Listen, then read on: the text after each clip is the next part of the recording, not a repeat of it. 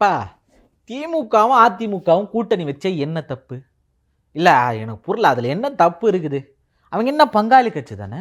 அவங்க என்ன தீண்டத்தகாதவர்களா? அப்படி ஒரு நிலையே இல்லையே! அப்படின்னு சொல்லி ஆர்.எஸ். பாரதி அவர்கள் பேசின பேச்சு தான் மிகப்பெரிய சர்ச்சையை ஏற்படுத்தியிருக்கு அப்படின்னே சொல்லலாம். இதுக்கு எதிர்ப்புகள் மத்த பக்கத்துல இருந்து வந்தாலும், அவங்க என்ன ஒழுங்கா அப்படின்னு கேட்டு விட்டாருங்க. இப்ப என்ன சொல்லியிருக்காரு, ஏது சொல்லியிருக்காருன்னு நம்ம முழுசா பார்க்கணும்ல. வாங்க பார்த்துரலாம்.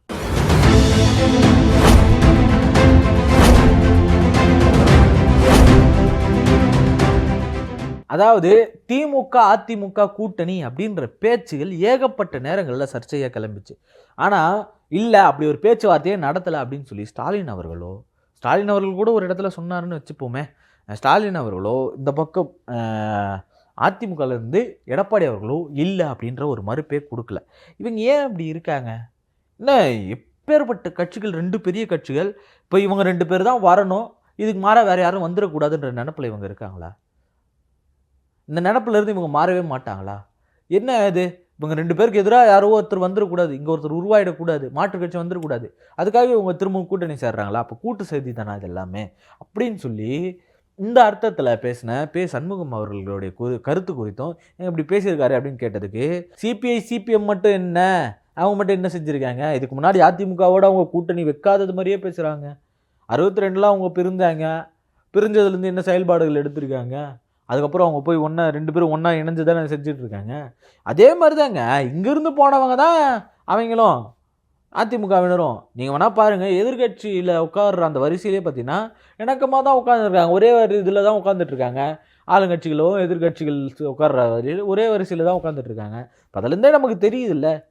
அவங்க இணக்கமா தான் இருக்காங்க. தொண்டர்கள் மத்தியில இணக்கம் இருக்க தானே செய்யுது அப்படின்னு சொல்லிட்டு இருக்காரு. இந்த பேச்சுக்கள கேட்டு பல பேர் அதிர்ந்து போயிருக்காங்க. இதுல சிலதும் குறிப்பிட்டு சொன்னாரு. என்ன சொன்னாரு அப்படின்னு பார்த்தீங்கன்னா, ஒரு கட்சியிலிருந்து வெற்றி பெற்றுட்டு இன்னொரு கட்சிக்கு போய் தாவுறாங்கல்ல. அதெல்லாம் எந்த மாதிரியான மனநிலையில இருக்காங்க? இப்ப யோசிச்சு பாருங்க. இப்போ இதையே நீங்க அப்படி சொன்னீங்கன்னா, கூட்டணியில இருந்தவங்க ஆதரவு தெரிவிக்கிறேன்னு போனாங்க. நீங்க இதுவரைக்கும் கிட்டத்தட்ட 60, 70 வருஷங்கள் 60 வருஷங்களா, 50 வருஷங்களா செய்யாத மாற்றங்கள அவங்க செஞ்சிருக்காங்கன்றப்ப, தாவேக்கு அத குடுத்துருக்குன்றப்ப, அவங்க போக தானே செய்வாங்கன்ற ஒரு நிலைப்பாடுகள் இருக்கு. இந்த நிலைப்பாட்ட தாண்டி அ திமுக என்னைக்குமே அந்த தவற செய்யாது அப்படின்னு சொல்லி ஸ்டாலின் அவர்கள் ஒரு இடத்துல பேசியிருந்தார். அப்ப அவரு இத கண்டிச்சு, அவர் அப்படி பேசினது தவறுன்னு சொல்லி ஸ்டாலின் அவர்கள் ஒரு பதிவ போட்டிருக்கணும்ல. ஏன்னா அதிமுகவோட கூட்டணி அப்படின்னு பேசினப்ப யோசிச்சு பாருங்க, பல பேரும் இன்னைக்கு வைக்கிற குற்றச்சாட்டுகள் அதுதான். உதயநிதி அவர்கள் தான் எகிறி குச்சாருன்னு சொல்லி சொன்னாங்க. அதிமுக, திமுக கூட்டணி வச்சு முதல்வரா எடப்பாடி அவர்கள உட்கார வச்சிடலாம், இல்ல திரும்ப அவர்கள உட்கார வச்சிடலான்னு பேசின பேச்சுகள் எல்லாமே இங்க வந்தது நமக்கு தெரியும். ஏகப்பட்ட சர்ச்சைகள கிளப்புச்சு. அதெல்லாம் கிடையாது, போனா ஆபத்துன்னு சொல்லி ஒரு பக்கம் சொல்லியிருந்தாரு. சரி, அதிமுகவோட எந்த அடிப்படையில நம்ம கூட்டணி வைக்கலாம் அப்படின்னு திமுக யோசிச்சு பார்த்துருக்கோம் பாருங்களேன். திமுக எதோட அடிப்படையில கூட்டணி வைக்கும்? ஒரு கேள்வி இருக்குல்ல. இப்ப அதிமுகவோட கூட்டணி போறாங்கப்பா. எடப்பாடி அவர்கள் தான் முதல்வர்ன்னு அவர் அடம்பிடிப்பாரு. ஏற்கனவே தாவேகா, அதிமுக கூட்டணியில பிரச்சனையிலேயே நான் தான் முதல்வர்ன்னு அவர் அடம்பிடிச்சது தான் பிரச்சனை. இன்னொரு பக்கம் திரும்ப அவர்கள முதல்வரா உட்கார வைக்கணும் அப்படின்ற வந்த இடத்துல வந்து பார்த்தீங்கன்னா, இல்ல நான் தான் முதல்வரா இருப்பேன் அப்படின்னு சொல்லி அவர் சொன்னது இன்னொரு பிரச்சனை. சி.வி. சண்முகம் அவர்கள் அத சொல்லியிருப்பாரு. இப்ப இப்படிப்பட்ட பல்வேறு சமயங்கள்ல நடந்த பிரச்சனைகள்ல திமுக வந்துச்சு, அதிமுகவும் கூட்டணி வச்சிருச்சு அப்படின்னா, இப்ப இடைத்தேர்தல்ல இவங்க ஜெயிக்கிறது தான் முன்னோக்கமா? இவங்க செயல்பாடுகள் எப்படி இருக்கும்னா, தாவேகாக்கு எதிரா ஒரு செயல்பாடுகள் எடுத்துட்டு வந்து நிறுத்திடணுமா? அத அவங்களே இப்ப செஞ்சுக்க மாட்டாங்களா? ஏன்னா, அவங்க ஆட்சி அந்த நிலைமையில தான் இருக்கு. இவங்களுக்கு ஒரு நல்ல பேர் இருக்கிறதுக்கு முக்கிய காரணம் என்ன அப்படின்னு பார்த்தீங்கன்னா, இப்ப இருக்கக்கூடிய கடந்த ஆட்சி முறை தான். கடந்த ஆட்சி அவ்வளோ சிறப்பா இருந்திருக்கு சொல்லலாம். இதுவரைக்கும் இருந்த ஆட்சிகள்ல ஸ்டாலின் அவர்களுடைய ஆட்சி உண்மையிலே சிறப்பா இருந்திருக்கு. அது மாற்று கருத்தே கிடையாது. இதில வேற நான் முதல்வன் அப்படின்னு கொண்டு வந்தத ஒண்ண வந்து மாத்தி என்ன பண்ணிட்டாங்கன்னா, டிஎன் ஸ்கில்ஸ்ன்னு மாத்திட்டாங்க. தமிழ்ல பேர் வைக்கிறது அந்த அளவுக்கு முக்கியமான ஒரு விஷயம். அத பத்தி நம்ம தனியா பேசுவோம். இப்ப இந்த அதிமுக, திமுக கூட்டணிக்கு வந்துருவோம். ஆர்.எஸ். பாரதி அவர்களுக்கு வந்துருவோம். என் பங்காளி கட்சி தானே அவங்க. எங்க பங்காளிங்க அவங்க. இங்கருந்து பிரிஞ்சு போனாய்ங்க அப்படின்னு சொன்னார்ல. பிரிஞ்சு போயிட்டா திரும்பி வரக்கூடாதுன்னு ஏதாச்சும் இருக்கான்னு கேட்டார்ல. கேட்கிறேன், தூத்துக்குடியில கொன்னவங்கள்ல என்ன பண்றது? அத்தன பேர சாவடிச்சாய்ங்கல்ல. துப்பாக்கி சூடு நடத்துனாய்ங்கல்ல. அப்போ அதுக்கெல்லாம் என்ன பதில்? பொள்ளாச்சியில கேஸ் போடல நீங்க தானே போராடுனீங்க. ஜெயலலிதா அம்மா சாவுக்கு மர்மம் இருக்கு. அதுக்கு சிபிஐ விசாரணை அமைக்கப்படும்னு சொல்லி, தனி ஆணையம் அமைக்கப்படும்னு சொல்லி அமைச்சு, அதில இருந்து என்ன தீர்வு குடுத்தீங்கன்னு கேட்டா கிடையாது. இப்ப இப்போ திமுகவுக்கும் அதிமுகவுக்கும் இருக்கக்கூடிய எதிர்நிலைகள் என்ன? இவங்க மொத்தமாக ஊழல் சொல்லிட்டாங்க. எடுத்துன்னு போய் போட்டி இவங்க ஊழல் பண்ணியிருக்காங்கன்னு எடுத்து போய் கொடுத்துட்ருக்கீங்க. நாளை பின்ன ஒன்று சேர்ந்துக்கிறீங்க அப்படின்னா கொள்கை ரீதியான மாற்று கருத்தும் இருக்குல்ல. அவங்க முழுக்க போய் பாஜகவுடைய கூட்டணியில் இருக்கிறாங்க. பாஜகவுடைய கருத்துக்களை இம்ப்ளிமெண்ட் பண்ணுறாங்க. கடந்த ஆட்சியில் உங்ககிட்ட இருந்த யோசிச்சு பாருங்களேன். உதயநிதி அவர்களும் ஸ்டாலின் அவர்களும் எடப்பாடி அவர்களும் ஒரே மேடையில் எப்படி உட்காருவாங்க? கடந்த மேடை பேச்சுகள் எடுத்து பாருங்க. இன்னைய வரைக்கும் ஆதரவு கொடுத்தாரு திரும்ப தவிர, நான் திரும்பி வாங்கிறதுக்கு தயாராக இருக்கேன்னு சொல்லிக்கிட்டு இருக்காரு. பலியானவர்னு சொல்லி இவர் பேசினார். பலவீனமானவர்கள் பலியாகி விட்டார்கள்னு சொல்லி ஆர்எஸ் பாரதி அவர்கள் சொன்னார். உறுதியாக இருக்காரு. எடப்பாடி அவர்களும் உதயநிதி அவர்களும் ஸ்டாலின் அவர்களும் ஒரே மேடையில் நிற்கிறாங்க, கை உயர்த்தி நிற்கிறாங்க, கை கோர்த்து நிற்கிறாங்கன்னா ஒரு செகண்டு அவங்களுக்கு ஞாபகம் வராது. அந்த ஃபோட்டோ தூக்கி காட்டினாரு உதயநிதி அப்படின்னு ஒரு ஞாபகம் வராது. இந்த மாதிரி மலைப்பாம்பு கீழே பத்துன்னு இருந்தாருப்பா இந்த செங்கோட்டையன் சொன்ன திருமணம் ஒரு ஞாபகம் வராது. நம்ம அதை ஃபோட்டோ எடுத்து எல்லா இடத்துலையும் போட்டு காட்டினதே உதயநிதி தான் நிலவு வராது. ட்ரோன் மூலயமா எடுத்து காட்டினாரு. எதிர்கட்சி தலைவர் எதிர்கட்சி தலைவர்னு வராதா பேச்சுகள்? சரி, அது ஒரு பக்கமாக இருக்கட்டும். இன்னொரு பக்கம் எடப்பாடி அவர்களுடைய மனநிலை என்னவாக இருக்கும்? ஸ்டாலின் அவர்கள் மனநிலை என்னவாக இருக்கும்? எடப்பாடி சொல்லியிருந்தார், இவரெல்லாம் கொரோனா காலத்திலே போய் சேர்ந்துருக்க வேண்டியவர் அப்படின்னு சொன்னார். கொரோனாவில் போய் நிற்கவே இல்லைன்னு சொன்னார். அவர் மிகப்பெரிய மன வருத்தம் அடைஞ்சார் ஸ்டாலின் அவர்கள்.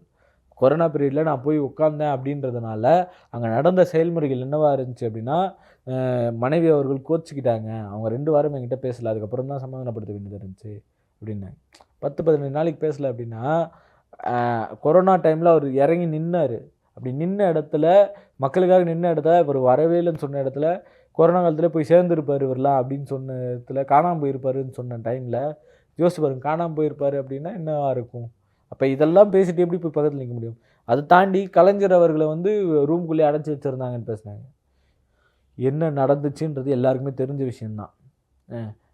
ஜெயலலிதா அம்மா இவங்க தான் இது பண்ணாங்க அப்படின்ற ஒரு டாக் இருக்கும்போது, அவங்க தான் ஸ்லோ பாய்சன் கொடுத்து கொண்டுட்டாங்க அப்படின்ற ஒரு டாக் இருக்கும்போது, அதே மாதிரி ஒரு டாக் இந்த பக்கம் திருப்பி விட்டுடலாம் அப்படின்ற பேரில் என்ன பண்ணார் அப்படின்னா, ஸ்டாலின் அவர்கள் இப்போ வீட்டுக்குள்ளேயே வச்சு பார்த்துட்டாங்க. அப்படியே உள்ள பொட்டியில் வச்சு பார்த்துட்டாங்க மாதிரி கலைஞர் அவர்களை உள்ளே வச்சுக்கிட்டாங்க. அடுத்து இவர் தலைவர் ஆகணும்னு அவர் அதை பண்ணார் அப்படின்னு சொல்லி சொன்னாங்க. இப்போ இதனுடைய வெளிப்பாடுகள் எப்படி இருக்குது? இவங்கெல்லாம் ஒரே மேடையில் நின்னா எப்படி இருக்கும்? அதுவும் உதயநிதி அவர்கள்லாம் அப்போயே பால்டாயில் குடிச்சிட்டு போக வேண்டியது நைட்டு 12 மணிக்கு 1 மணிக்கு இப்போ உசுரை வாங்குது அப்படின்ற மாதிரி சொல்லிட்டு இருந்தார். இதெல்லாமே எந்த மாதிரியான மனநிலை கொண்டு போய் சேர்க்கும்? நீங்கள் அரசியல் ரீதியாக பேசுனதை தாண்டி தனிப்பட்ட முறையில் தாக்குதல் நடத்தியிருக்காரு எடப்பாடி அவர்கள். இது எல்லாத்தையும் ஜீரணிச்சுக்கிட்டு நீங்கள் ஒரே மேடையில் நின்றுவீங்களா? அதுக்கு ஸ்டாலினும் உதயநிதியும் அவர்களும் ஒத்துப்பாங்களா? அடிப்படை அறிவு, ஒரு சுயமரியாதை அப்படின்னு இருந்தால் அது நடக்குமா? யோசிச்சு பாருங்கள். சுயமரியாதை கட்சி தானே திமுக. சுயமரியாதையை வளர்த்த கட்சி தானே திமுக. சோஃபா மாடல் 3 சீட்டரு 4 சீட்டரு இப்போ 5 சீட்டராக மாறிச்சு இப்படிலாம் சொல்கிறீங்கல்ல. அப்போ இதனுடைய நிலைப்பாடுகள் என்னவா இருக்குது? ஆர்எஸ் பாரதி பேசுனது என்ன நிலையில் இருக்குன்ற கேள்வி வருதில்ல. ஸ்டாலின் அவர்கள் இந்த முடிவை எடுத்திருப்பாரான்னு கூட தெரியல. இவங்களா ஆளாளுக்கு ஒன்று பேசுகிறாங்க. அப்படி தான் ராசா அவர்கள் ஒன்று பேசுகிறாரு, ஆர்எஸ் பாரதி அவர்கள் ஒன்று பேசுகிறாரு. இவங்க 2 பேருமே திமுக ஒழிச்சு கட்டணும்னு முடிவில் இருக்காங்களா? ஏன்னா அந்தளவுக்கு ஸ்ட்ராங்காக இருக்காங்க கட்சிக்குள்ளே. பல்வேறு இடங்களில் பல கட்டமைப்புகளில் ரொம்ப உறுதியாக இருக்காங்க கட்சிக்குள்ளே. பல நல்ல முடிவுகள் இவங்க மூலயமா வந்திருக்கு. நல்லா அறிவார்ந்தவங்க நினச்சிக்கிட்டு இருக்கோம். ஆனால் இவங்க பேச்சுகள் எப்படி இருக்குது அப்படின்னு பார்த்தீங்கன்னா, திமுக உடைக்கிற மாதிரி தான் இருக்குது. திமுக உடைக்கிறதுக்கு திமுகவிலேருந்தே சதி செய்கிறாங்களான்னு ஒரு கேள்வி இருக்குது. அந்த கேள்விக்கு பதிலளிப்பாங்களா ஆர்எஸ் பாரதி அவர்களும் ராசா அவர்களும்? ஏன்னா இவங்களுக்குள்ளே இருந்த இணக்கத்தை உடைச்சதே யாருன்னு பார்த்தீங்கன்னா, ஒரு பக்கம் இந்த பெரம்பலூர் பக்கம் திமுகவுக்கும் விசிகாவுக்கும் சண்டை வர்றதுக்கு முக்கிய காரணம் யாருன்னு பார்த்தீங்கன்னா ராசா அவர்கள். அவருடைய நிலைப்பாடு என்னவாக இருந்துச்சுன்னா, என் வீட்டு கண்ணு போய் பக்கத்து வீட்டு கண்ணுக்கு வளைஞ்சி நெளிஞ்சு மரம் போய் பக்கத்தில் இளநீ குடிச்சுன்னார். எப்படி ஏற்றுக்க முடியும்? அது கூட பரவாயில்ல, கொச்சையாக பேசியிருந்தார். புணர்ச்சிக்காக வேறொரு இடம் இருந்துச்சுன்னு பெண் அடக்குமுறையை பேசியிருந்தார். அப்புறம் என்ன பெரியார் கொள்கைவாதி நீங்கள் அப்படின்ற கேள்வி எல்லாருக்குள்ளேயும் இருந்துச்சு. இந்த கேள்விக்கெல்லாம் என்ன பதில் சொல்ல போகிறீங்க அப்படின்னு கேட்டால், இது வரைக்கும் அவங்க ஒரு மன்னிப்பு போடல. அது என்ன பண்ணாங்கன்னா, எடுத்துகிட்டு அப்படி வேற போட்டாங்க. எங்களுக்குள்ளே இருக்க சகோதர போராட்டங்கள் தான், சகோதர சண்டைகள் தான் அப்படின்றாங்க. சகோதரர் மன்னி எப்படி நீங்கள் உங்களுக்கு வாய் கூசாமல் வருது அப்படின்னு தெரியல. ஸ்டாலின் அவர்கள் இது கண்டிப்பாக எதிர்ப்பு தெரிவிப்பார் அப்படின்னு எல்லாரும் நம்பிக்கிட்டு இருக்காங்க. ஆனால் அவர் இது வரைக்கும் அந்த மாதிரியான பதிவுகள் எதுவும் போடலைன்றது மன வருத்தத்தை தரக்கூடிய செயலாக இருக்குது. திமுகலேருந்து இதுக்கு எதிர்ப்பு வர வேணாமா? ஏங்க நீங்க அப்படி பேசுறீங்க? அதிமுகவோட எப்படிங்க நீங்க கூட்டணி வைக்க முடியும்? கொள்கை ரீதியா அவங்க என்ன அடிப்படையில என்ன கொள்கையில செயல்பட்டுக்கிட்டு இருக்காங்க? திராவிட கொள்கைன்னு சொல்றாங்க. அதன் அடிப்படையில செயல்பட்டாங்களா? சுயமரியாதையா இருக்காங்களா? அடிப்படையான அந்த சுயமரியாதையில இருக்காங்களா? இல்லையே. எதுக்கு எடுத்தாலும் டெல்லிக்கு ஓடிர்றாங்களே. இருக்கக்கூடிய மத்திய அரசோடு இணக்கமா இருக்காங்களே. ஆர்எஸ்எஸ்ஸுக்கும் ஆர்எஸ்எஸ் கருத்துக்களும் இடையில ஒரு வார்த்தை கூட சொல்லியிருந்தாரு. கோயில் படங்கள எடுத்து கல்வி நிலையங்களுக்கு செயல்படுறாங்க அப்படின்னு சொல்லியிருந்தாரு. எந்த அளவுக்கு ஆபத்தான செயல் பாருங்க. ஆபத்தான ஒரு வார்த்தை பாருங்க. ஏன் கோவில் படங்கள எடுத்து கோவிலுக்கு தான் செயல் பண்ணணும்னு இருக்கு. கல்விக்கு செயல்படுறது மூலமா இங்க எந்த மாதிரியான வளர்ச்சி வரும்? கோயிலுக்கு செயல்படுறது மூலமா என்ன வளர்ச்சி வரும்? ராமர் கோயில் கட்டும்போது அங்க வெளிய இருந்து ஒரு சின்ன பையன் பேசினான். கோயில்கள் எங்களுக்கு வேணாங்க. எங்களுக்கு வேண்டியதெல்லாம் ஸ்கூல்கள் தான். கோயில்கள் பிச்சைக்காரங்கள தான் உருவாக்குது. ஸ்கூல்கள் தான் அறிவாளர்கள உருவாக்கும் அப்படின்னு சொல்லி அந்த பையன் பேசும்போது, அந்த செயல்பாடுகள் இங்க எடுத்திருக்கணும்ல. அந்த செயல்பாடுகள் இங்க தமிழக அரசு செஞ்சுகிட்டு இருக்குல்ல. கோயில்கள விட அதிக முக்கியமா என்ன பண்றாங்கன்னா, கல்வி நிலையங்களுக்கு முக்கியத்துவம் குடுக்குறாங்கல்ல. அந்த முக்கியத்துவத்த பத்தி பேசணும்ல. அத பேசாம அதுக்கு எதிரான கருத்துக்கள பேசின அவர எப்படி நீங்க பக்கத்துல நிக்க வைப்பீங்க? ஒரே மேடையில நிக்க வைப்பீங்கன்ற ஒரு கேள்வி இருக்கா இல்லையா? இந்த கேள்விக்கெல்லாம் ஆர்.எஸ். பாரதி அவர்கள் பதில் சொல்லுவாரான்னு கேள்வி இருக்கு. திமுக உடைக்க திட்டமிடுகிறாரா ஆர்.எஸ். பாரதி? கேள்விகள் இருக்கு. இந்த கேள்விகள உங்க முன்னாடி வைக்கிறேன். நீங்க என்ன நினைக்கிறீங்க அப்படின்றத மறக்காம கமெண்ட்ல சொல்லிட்டு போயிடுங்க. நன்றி, வணக்கம்.